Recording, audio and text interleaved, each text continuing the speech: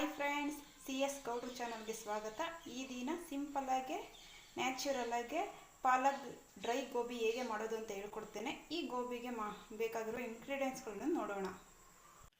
ಮೈದಾ ಹಿಟ್ಟು, ಕಾರ್ನ್ಫ್ಲೋರ್, ಎಲೆಕೋಸು, ಉಪ್ಪು, ನೀರು, ರುಬ್ಬೋದಕ್ಕೆ ಪಾಲಕ್ ಸೊಪ್ಪು, ಬೆಳ್ಳುಳ್ಳಿ, ಶುಂಠಿ, ಹಸಿಮೆಣಸಿನ್ಕಾಯಿ, ಕೊತ್ತಂಬರಿ ಸೊಪ್ಪು, ಎಣ್ಣೆ ಕರಿಯೋದಕ್ಕೆ ಎಣ್ಣೆ ಬಿಸಿಗಿಡೋಣ.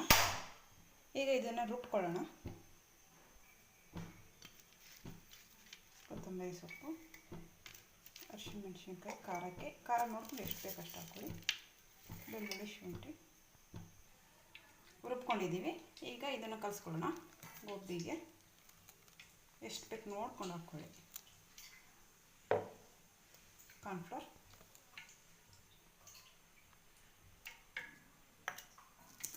ಮೈದಾ ಹಿಟ್ಟು,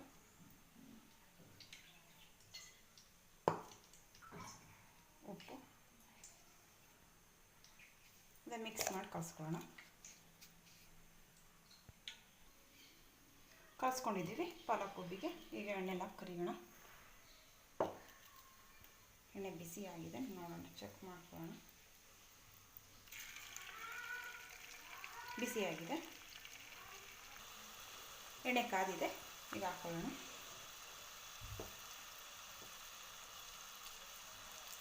ಗೋಬಿ ಯಾವ ಟೈಪಲ್ಲಿ ಹಾಕ್ತಾರೋ ಆ ಥರ ಹಾಕೋಣ.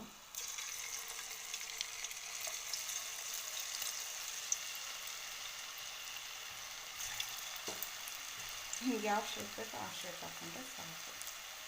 ನಾನು ಈ ಶೇಪಲ್ಲಿ ಹಾಕ್ತಾಯಿದ್ದೀನಿ.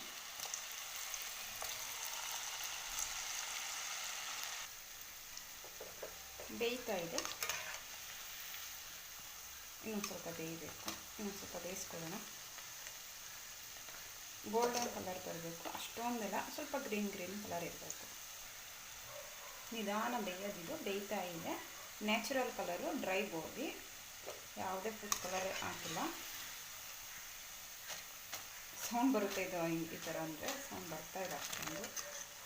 ಇನ್ನೊಂದು ಸ್ವಲ್ಪ ಬೇಯಬೇಕು.